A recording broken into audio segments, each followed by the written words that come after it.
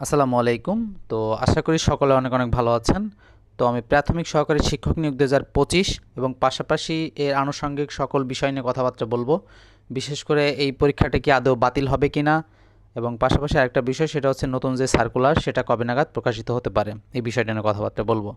তো প্রথমেই আসি যে এই পরীক্ষাটা বাতিল হবে কিনা। তো আসলে একটা বিষয় দেখেন, প্রাইমারি শিক্ষা অধিদপ্তরের একটা ঊর্ধ্বতন কর্মকর্তা তিনি বলেছিলেন যে প্রশ্ন ফাঁসের ন্যূনতম কোনো আলামত যদি পাওয়া যায় তাহলে কিন্তু পরীক্ষাটা বাতিল করব। তো পরবর্তীতে কি দেখা গেল আপনারা দেখেন যে পরীক্ষা পরীক্ষা হয়ে গেল, এবং পরীক্ষা হওয়ার আগেই কিন্তু অনেকে দেখছে যে অনলাইনে ইমেইলের মাধ্যমে অনেকে প্রশ্ন পেয়েছে, এবং বলা হচ্ছিল যদি এই প্রশ্নে পরীক্ষা হয় দেখা যাবে তাহলে প্রমাণিত হবে যে প্রশ্ন ফাঁস হয়েছে। এবং পরীক্ষা হলো, দেখা গেল যে হুবহু আগের প্রশ্নে পরীক্ষা হয়েছে। কিন্তু পরবর্তীতে কি দেখা গেল আপনার জায়গায় দেখেন, পরীক্ষা শেষ হওয়ার পর থেকে টানা ২ দিন অনর্গল কিন্তু অনলাইন অফলাইন সব জায়গায় কিন্তু সকলে সোচ্চার ছিল যে এই পরীক্ষার প্রশ্ন ফাঁস হয়েছে, সুতরাং বাতিল করা লাগবে। তো পরবর্তীতে যেহেতু তাদের একটা আনুষ্ঠানিক বিবৃতি দেওয়া লাগবে, তাদের যে চূড়ান্ত সিদ্ধান্ত সেটা জানানো লাগবে। তারই পরিপ্রেক্ষিতে প্রাইমারি শিক্ষা অধিদপ্তর কী করলো, তাদের যে গোয়েন্দা রিপোর্ট পাশাপাশি সকলের মতামত নিয়ে মিটিং করে একটা চূড়ান্ত সিদ্ধান্ত দিল এই পরীক্ষা সংক্রান্ত বিষয়ে। তারা কি বলল, যে পরীক্ষাটা সুষ্ঠু হয়েছে, কোনো ধরনের অনাকাঙ্ক্ষিত ঘটনা ঘটেনি। কিছু কিছু জায়গায় ছোটোখাটো ভুলভ্রান্তি হয়েছে, প্রশ্ন ফাঁসের সাথে জড়িত কয়েকজনকে গ্রেফতার করা হয়েছে যারা অপকর্ম চালানোর চেষ্টা করছিল সাথে কিছু পরীক্ষার্থী, এবং তারা কিন্তু অলরেডি এখন রিমান্ডে আছে। এবং তারপরে বিবৃতি দিল যে পরীক্ষা সুষ্ঠুভাবে সম্পন্ন হয়েছে, কোনো ধরনের সমস্যা নাই। এটা তাদের চূড়ান্ত বক্তব্য, কোনো অবস্থাতে পরীক্ষা বাতিল হবে না, এটা তারা জানিয়ে দিয়েছে। এখন দেখেন, প্রাইমারি শিক্ষা অধিদপ্তর কিন্তু তাদের যেই সিদ্ধান্ত সেটা কিন্তু তারা ওই দিনই ২ দিন পরে, পরীক্ষা ২ দিন পরে ১১ তারিখ রাতে তারা কিন্তু জানিয়ে দিয়েছে। সুতরাং তাদের জায়গা থেকে তারা কিন্তু এখন অনড় আছেন। ঠিক আছে, তো আমার মনে হয় না, যেহেতু তারা জানিয়ে দিয়েছে সিদ্ধান্ত, এবং এই যে ফলাফল এটা কিন্তু ১৮ তারিখ প্রকাশিত হবে, ১৮ অথবা ২০, এই ২ দিনের ভিতরে প্রকাশিত হবে। তো তারা তাদের সিদ্ধান্ত জানিয়ে দিচ্ছে, তারা কিন্তু খাতা রেডি করা, রেজাল্ট তৈরি করার কাজ করছে। কোনো অবস্থাতে আমার মনে হয় না এই পরীক্ষাটা এখন বাতিল করা হবে, এরকম মনে হচ্ছে। তো সামগ্রিকভাবে বলা যায় দেশের এই পরিবর্তিত পরিস্থিতিতে আপনারা জানেন যে প্রাইমারির শিক্ষক নিয়োগ পরীক্ষা খুবই হাই ডিমান্ডেবল বর্তমানে হয়ে গিয়েছে। এবং সবচেয়ে বেশি ডিমান্ডেবল এখন, কারণ হচ্ছে এখন কিন্তু কোনো কোটা নাই, বিশেষ করে মুক্তিযোদ্ধা কোটা, পাশাপাশি নারী কোটা, কোনো কিছুই নাই।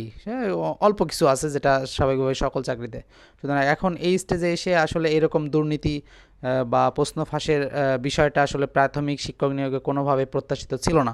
তো যাই হোক, যেটা হয়ে গিয়েছে সেটা নিয়ে আসলে কিছু বলার নাই। কিন্তু আমি ওভারঅল একটা বিষয় বলি, যেহেতু এই পরীক্ষা, এখন আমরা আরেকটা বিষয় বলি, আপনারা জানেন যে আন্দোলন কিন্তু এখনও চলতেছে। আগামীকাল থেকে বলা হচ্ছে যে শাহবাগে অবরোধ করবে বা অবস্থান কর্মসূচি করবে। এখন দেখা যাক শেষ পর্যন্ত কি হয়। তো আমার মনে হয় না, আমি যদিও বলতেছি এই পরীক্ষাটা স্থগিত হওয়া বা বাতিল হওয়া উচিত, তারপরেও আমার মনে হয় না ওনারা যেভাবে এই ওনাদের সরকারের শেষ সময় হিসাবে এখন যে স্টেজে আছে, যেহেতু অন্তর্বর্তীকালীন সরকারের শেষ সময়, এত বড় একটা পরীক্ষা আয়োজন করে কিছু কিছু জায়গায় যেহেতু অসঙ্গতি দেখা দিয়েছে, তো আমার মনে হয় না এত বড় পরীক্ষা তারা এখন স্থগিত করবে এরকম বা বাতিল করবে, আমার মনে হয় না। তো দেখা যাক শেষ পর্যন্ত কী হয়। তো আমার দাবি থাকবে, যদি কোনোভাবে এই পরীক্ষা স্থগিত নাও করে বা যেটাই হোক না কেন, আগামীতে যে সার্কুলারগুলো হবে আমার সেকেন্ড সরি আমার সেকেন্ড যে পয়েন্টটা ছিল সেটা হচ্ছে নতুন সার্কুলার, পাশাপাশি এই পরীক্ষার যে কাটমার্ক সেটা নিয়মিত কথাবার্তা বলে যাই। সো কাটমার্ক আসলে আপনারা জানেন যে উপজেলা ভিত্তিক, এক উপজেলার সাথে আরেক উপজেলা ভ্যারি করবে না। তো দেখা যাবে যে ৭০ প্লাস মাইনাসে কিন্তু আপনারা ভাইভাতে ডাক পেতে পারেন। এখন দেখা যাবে যে এক উপজেলা একটু বেশি লাগতে পারে, এক উপজেলা একটু কম লাগতে পারে, এটা তো নতুন সার্কুলারের বিষয়ে আমি বারবারই যেটা বলতেছি। তো যদি কোনো ধরনের এই পরীক্ষাটায় কোনো ধরনের ইফেক্ট না ফেলে, তাহলে দেখা যাবে যে নতুন সরকার ফর্ম করার পরপরই এটা দেখা যাবে তার ৭-৮ মাস পর, বা যদি মার্চ মাসের ফেব্রুয়ারি ১২ তারিখে যদি নির্বাচন হয়, দেখা যাবে যে এই সরকারের সকল কিছু গুছিয়ে, নতুন সরকারের সকল কিছু গুছাতে গুছাতে দেখা যাবে যে আগামী বছরের শেষের দিকে বড় রকমের একটা সার্কুলার আসার বড় রকমের একটা সম্ভাবনা রয়ে গেছে। তো আমি এই সরকারকে অনুরোধ করব, প্রাথমিক শিক্ষক নিয়োগের যেই কর্তৃপক্ষ তাদেরকে একটু ঢেলে সাজানো উচিত, বিশেষ করে এত বাংলাদেশের এই প্রেক্ষাপটে আসলে বেকারদের যে অবস্থা, সুতরাং ভালো একটা সুযোগ কিন্তু প্রাথমিক শিক্ষক নিয়োগ, তো প্রাথমিক শিক্ষক হওয়ার। তো যেহেতু সরকার একটা সুযোগ করে দিয়েছে পরিবর্তিত পরিস্থিতিতে, বিশেষ করে কোটা সিস্টেম বাতিল করে, তো এই সুযোগকে যেন সকলে কাজে লাগাতে পারে, কোনো ধরনের অবৈধ বা অসৎ উপায় অবলম্বন যেন কেউ না করতে পারে। বিশেষ করে প্রশ্ন ফাঁসের বিষয়টা যেন কোনোভাবে এখানে না থাকে। বিশেষ শুধু এটা না, কোনো চাকরির পরীক্ষায় যেন প্রশ্ন ফাঁসের মতো কোনো ধরনের অনাকাঙ্ক্ষিত ঘটনা যেন না ঘটে, সেজন্য প্রত্যেকটা কর্তৃপক্ষকেই তাদের যে আইন অনুযায়ী যেন ব্যবস্থা নেয়, এই দাবি থাকবে, যাতে করে স্বচ্ছ হয়, প্রশ্ন ফাঁস সহ অন্যান্য কোনো রকমের অসৎ উপায় যেন কেউ অবলম্বন করতে না পারে। এরকমভাবেই যেন প্রাইমারি যে পরীক্ষাগুলো, পাশাপাশি সকল ধরনের চাকরি পরীক্ষাগুলো অনুষ্ঠিত হয়। এজন্য সরকারের কাছে আমার বিনীত অনুরোধ থাকবে, আপনারা এই বিষয়টা দেখবেন।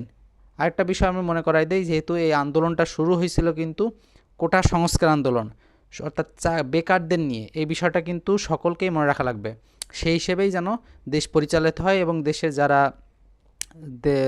যারা নেতৃত্ব দিবেন তাদের অবশ্যই এই বিষয়টা যেন মাথায় থাকে, যে প্রথম আন্দোলনটা শুরু হয়েছিল কিন্তু চাকরি প্রার্থীদের জন্য। এই বিষয়টা যেন খেয়াল রাখেন। তো আশা করব যে এর পরবর্তীতে যত সার্কুলার হবে, নিয়োগ হবে, কোনো অবস্থাতেই যেন কোনো ক্ষেত্রে যেন দুর্নীতি না হয়। তো এই বিষয়টা মাথায় রেখে দেশ পরিচালনা করবেন, আমার বিনীত অনুরোধ থাকলো।